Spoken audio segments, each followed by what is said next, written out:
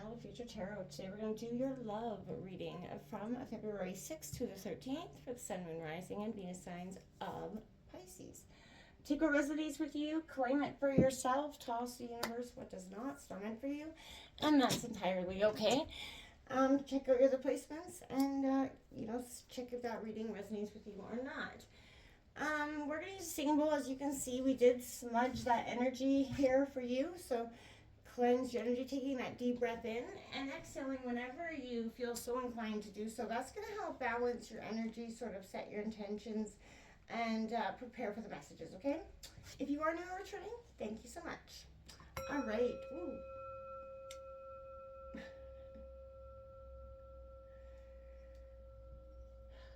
Be clear about what you want. That is what I keep hearing coming into this, as I was meditating. Be clear about what you want. There's some sense of whoever's been sending, whether it's your partner or you, sending some sort of cryptic messages. I feel like there's an energy of being done with the cryptic messages. You're just wanting to get what needs to be said, and heard for some of you. And I feel like, so if there's been a lot of, feeling like somebody's speaking through tongue here, those days are kind of numbered for you. So Pisces, let's see what's coming in. We're going to feel free to roll reverse. Don't force anything to fit. We'll take out your energy, your energy or theirs on top, and then your partner's or yours on the bottom. Then we'll clarify your energies together with another deck. And then we will grab an oracle message to kind of finish off the reading. We'll grab a major arcana card in just a second to kind of feel for what your energies, your overall sort of message or feeling for you is together. We'll do that now, actually. So what's coming in for Pisces, Sun, Moon, Rising, and Venus signs of Pisces for love for the 6th to the 13th? Valentine's Day is the very next day after this reading. So this is, a period of love, but it doesn't always mean that romance is all is good, right? And if you, are going through those tumultuous times, this can be an incredibly hard holiday if your relationship is, not in the great. It kind of brings all the questions, I feel like, is where's your love at? You see all these things with all these boyfriends and girlfriends in new stages running around doing things. And the death cards. Transformation. This is a literal death. This is the ending of a situation. It doesn't mean the ending of this relationship either, but it definitely could indicate that that's sort of what is being led or in that cryptic energy. But there's something that's drawing to a close, whether it's the way you guys have been handling this. Maybe you're coming out of a relationship closure here, but this is examining the past months or years here in this relationship and discover, what's been going right and what's going wrong in this relationship.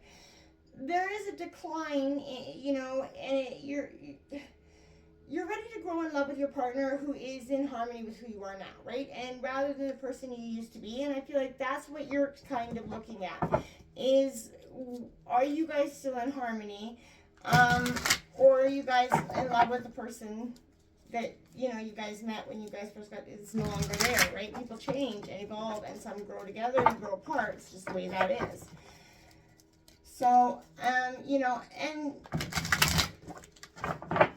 it doesn't mean it's going to end badly, because I don't feel like there's a lot of, I guess we'll see what's coming out here, a lot of tension, but there's a decision, Two of Swords coming out that has to be made. You're at a crossroads here, and Pisces, this is definitely, it's Gemini, Libra, Aquarius energy, but it's something to be said about that. That, you're looking at this with a fair and honest heart. You're tempted by maybe something here. You got the Devil card out. Ooh, Death and Devil here. Don't be alarmed. But this is, very much a temptation that is, or, also could be that you untethering yourself with, from that person because you have truly changed. Sometimes we have to let go of what that, the thought of something is. The Six of Pentacles is coming out in reverse, Taurus, Virgo, Capricorn. It could, again, I feel like there's a sense, a sense of balance there as well. And roots and money, looking at that sort of where you're going with it, right? What's led you to this decision at the end of the day. Then 6 of Wands, double sixes, whew, by the devil. What is going on here? This is definitely interesting energy coming out here for you, Pisces. 6 of Wands, Aries, Leo, Sagittarius. It is coming out in reverse. You know,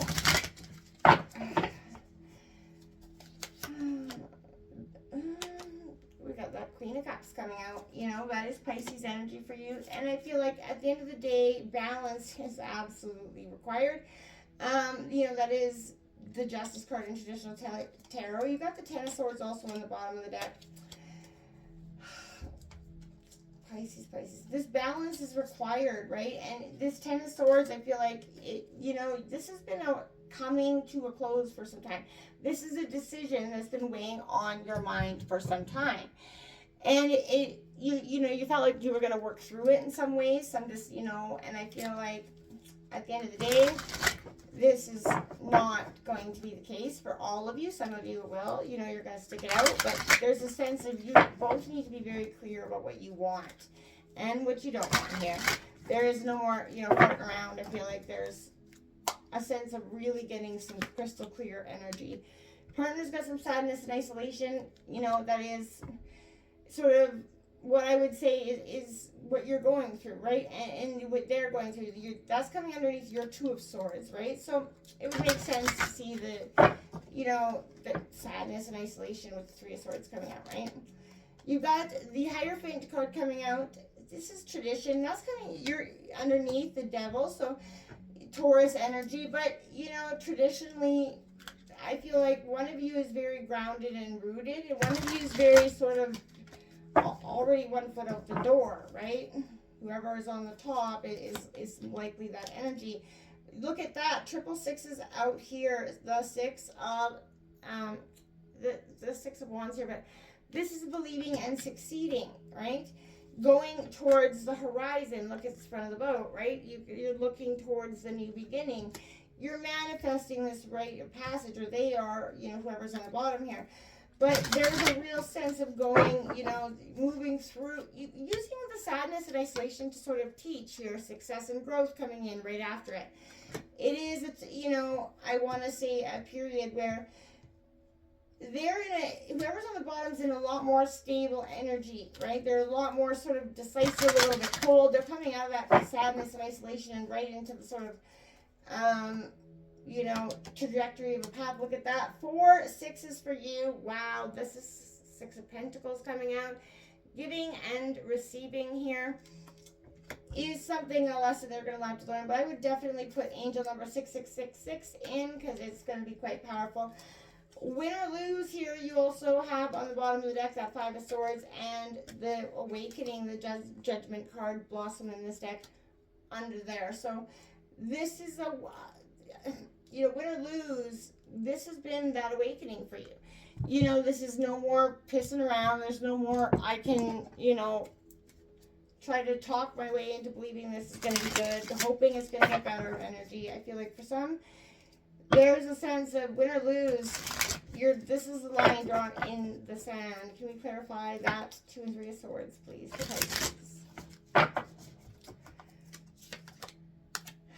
Two of Pentacles. Balance is required through this decision, through this crossroads. No rash choices here. I feel like don't be eluded. If you are being eluded by a temptation, third party energy for either one of you, you know, the grass is definitely not always greener on the other side, right? It's greenest where you water it. That Knight of Wands that's in reverse, it isn't going anywhere. This is stagnant, right? Is, you know, 1 foot in, 1 foot out. And I feel like that's what is sort of for both parties here. Can I get clarification on the 6 of Pentacles, please? Yeah, 3 of Wands. There's a sense of looking towards the future. Look at that. Looking towards the horizon there. Moving forward, and it is going to come with some trepidations, right? But you have to leave what is no longer there for you in the past, right? You've got the Hangman coming out here also. You know, this is perspective. You've been getting perspective, or you need to get some perspective, taking a look at, you know, the situation for what it is and not for what you want it to be is hard to do, absolutely. The Eight of Pentacles, focusing on your work and the drive here is what's going to keep you going through the situation. You're going to find a way to celebrate through this at the end of the day. But and even if you guys do stay together, that this is going to be a time where you guys are working through the nitty gritty, and it's a good time. It is beautiful energy. If you can make it through, please do. In no way am I ever encouraging anybody to split. If you can make it through this, and if you both intentionally want it, then that's the most important thing to do. This is, I feel like, the Two of Swords is often, it is a Moon and Libra card, but it's often, cast in a very negative light, shadow hanging, and, it becomes death and birth. Yet, this simply speaks of a need for stillness, that inner knowing, right? Before, making a decision, right? Slowing down and going inward isn't supported by, our society, right? We have to rush through the decisions, but this is that gestation period, right? You're being asked to decide, and the thing is, no one can make this decision for you. To know the answer, you're going to have to turn inward. So it does feel intimidating when it comes to love and lust, because the answers you find aren't necessarily the ones you want, right? And, but until you take the time to listen, you're going to remain in a stalemate. And it is going, like I said, to put you both in sadness and isolation, right? That resistance to take a look at what is really right and wrong, is causing a lot of, I want to say just animosity and tension, right? Sadness at the end of the day, because it is really hard to work through, pain and stuff when you're so focused on what is so isolating you. Disappointment. Love brings both joy and sorrow here, right? So when disappointment enters, you have to take a look at that and how you can balance it out, right? The temptation to isolate yourself, or cling to it is not, the best situation forward. It's time to let go of that, the disappointment and the sorrow, and move forward in a balanced way, yin and yang. Trying to make a sense of this is going to be the best sense, wisest option. To avoid sort of this devil moment, right? This is liberating for you as well, because I feel like this is from the expectations, desires, you're living on life on your own terms, Pisces, and it's very powerful. You're breaking the chains, releasing the fear, this is a very good energy for you. But it's that, liberating force and as a source of fear, but it's, it is only when one is unfamiliar with their own power that another seems like a threat, right? They can't knock you down if you're at that level. So I feel like there is that sense of, you're gaining your confidence back. And probably through, mentorship, or maybe even them, there's a sense of being taught, you as a really traditional people, and you've learned a lot from it, this energy here as well. Don't be stuck and stagnant, lingering in this Knight of Wands. It's not got real depth there for you. This Knight of Wands is, you're acting a little bit impulsively is the right word, right? You're trying to accomplish everything, trying to make a decision all at once, trying to, decide right and wrong all in one day. You're burning yourself out. You're making the situation sort of more stuck, because you're not being able to see the way forward. Because you got the Six of Pentacles out twice. This is because this is a Moon in Taurus energy.